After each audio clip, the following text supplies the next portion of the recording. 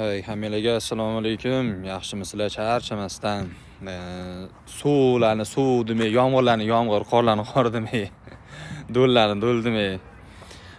Trenovkadan oldin bir vaqtim bo'lib qoldi. Trenovkada hozir bolalarim yo'q. 1 soat oldin keldim. Bir suhbat qilaydigan maqsadda kameramni yoqdim.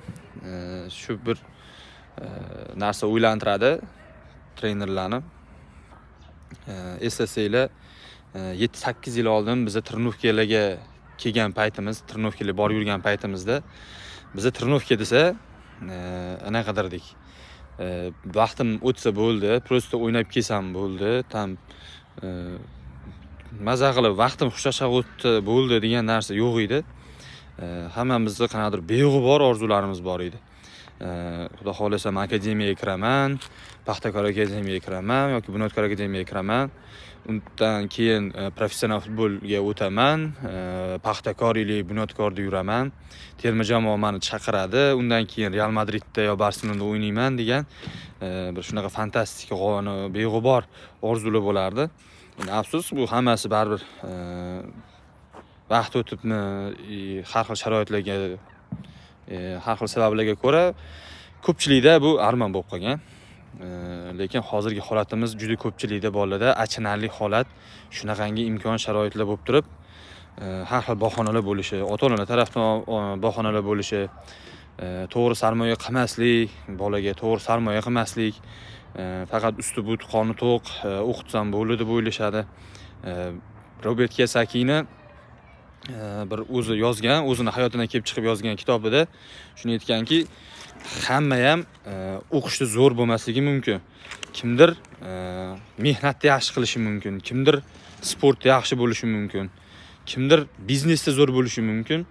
Shuning uchun birovni taqdirini oldindan aytib bo'lmaydi. Bu peshonasiga yozilgan. Ota-ona va murabbiylar shu narsaga o'ta sinchkovlik bilan qarashi lozim deb o'ylayman. Chunki bir bolaning taqdiri ertaga butun bir davlatni ham o'zgartirib yuborishi mumkin-da. Bundan prezident chiqishi mumkindir, balkim mashhur Ronaldo bo'lib ketishi mumkindir. Shuning uchun nima deydi? Hozirgi holat sal achinarli. Bolalarni masalan, oldin biza Trenovkaga boradigan paytimiz misol uchun-da, sovuq demasdik, loy, yomg'ir demasdik, borib bemalol Trenovka qilardik. Hozir mini polilarimiz bor, zallarimiz bor, sharoit bor, pul bor. Bemalol maza qilib mashg'ulot o'tsa bo'ladigan holatda. Lekin bolalarning o'zida xohishi yo'q. Qo'lida telefon, iPhone'ni, har xil Samsung, har xil markali telefonlarni, xullas oxirgi modellari, bular qatdan Trenovka qiladi. Hayot Trenovka qilgisi kelmaydi.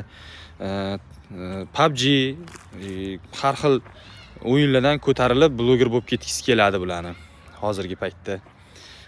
Tabiiylik qochib boryapti bu narsani. Endi to'g'ri ham qabul qilish kerak.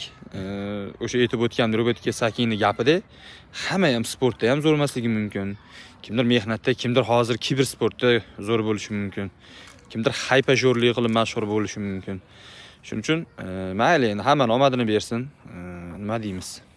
Bir gap kelganda otangni ham ayamagin degan gap bor. Tegib ketgan bo'lsa uzr. Yana ham tegib ketsin. Harakat qilish kerak.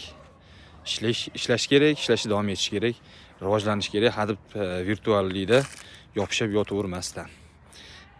Hammalarga rahmat, sog' bo'linglar, salomat bo'linglar.